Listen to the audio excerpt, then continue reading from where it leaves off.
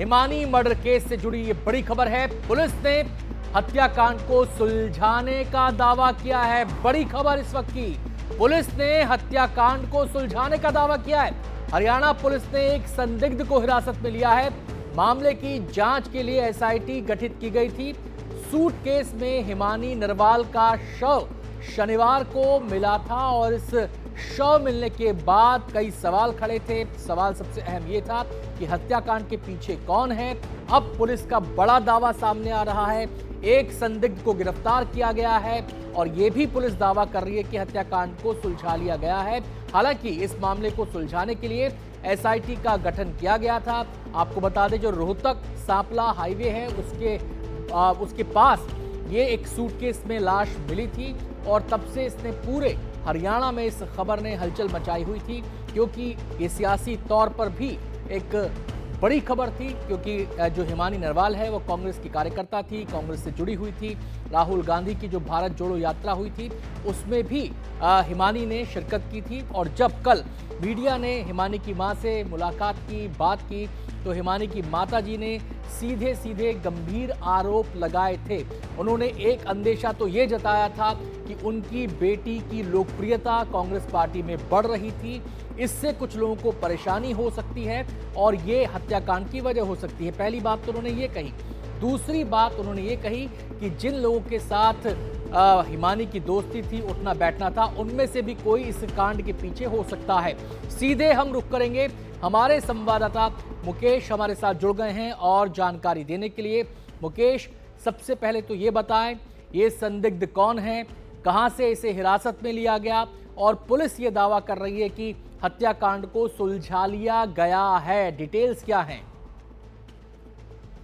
देखिए, बिल्कुल जो रोहतक पुलिस के सूत्र हैं उनसे हमें जानकारी मिली है कि जो हिमानी नरवाल की हत्या का मामला है उसको सुलझा लिया गया है और इस मामले में एक संदिग्ध को गिरफ्तार। अब तक की पूछताछ में जानकारी मिली है कि ये जो संदिग्ध है ये काफी करीबी है हिमानी का और खुद को हिमानी का बॉयफ्रेंड बता रहा है। अब तक की जानकारी के मुताबिक जो पूछताछ हुई है आरोपी से, उसमें ये बात सामने आई है कि उसने हिमानी नरवाल की उसके घर में ही हत्या कर दी थी और हत्या करने के बाद हिमानी नरवाल के ही सूटकेस में उसने हिमानी को पैक किया, उसका शव पैक किया और उसके बाद जो सांपला रोड पर जो जहाँ झाड़ियां हैं फ्लाईओवर के पास में, वहां पर उसने 28 फरवरी की सुबह तड़के उसने शव को वहां पर ठिकाने लगा दिया। हालांकि जो शव है वो कई घंटे बाद, यानी कि 1 मार्च की सुबह 11 बजे जो वहां पर कूड़ा बीनने वाले लोग थे उन्होंने देखा और उसके बाद उन्होंने इसकी जानकारी पुलिस को दी।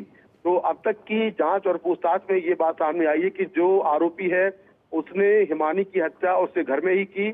और जी मुकेश, क्या पुलिस ये बता रही है कि इस संदिग्ध तक पुलिस पहुंची कैसे इसे ट्रैक किया गया? देखिए, पुलिस ने इसमें जांच की कि आखिर हिमानी ने आखिरी बार किससे बात की थी, वो किसके संपर्क में थी और उस 28 फरवरी के दिन कौन आया होगा।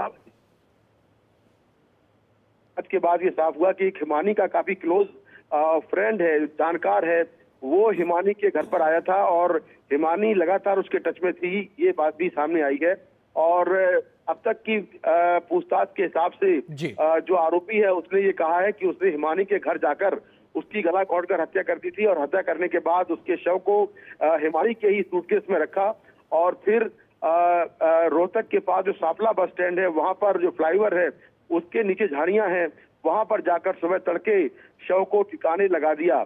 तो पुलिस ने संदिग्ध को गिरफ्तार कर लिया है, उससे भी लगातार पूछताछ की जा रही है। वो दावे कर रहा है, उन दावों की पुष्टि पुलिस सबूतों के बेसिस पर कर रही है। पुलिस ने हिमानी के घर के आसपास लगे जो सीसीटीवी कैमरे हैं उनका फुटेज भी देखा है और उसके बेसिस पर रोहतक पुलिस अपनी जांच को आगे बढ़ा रही है।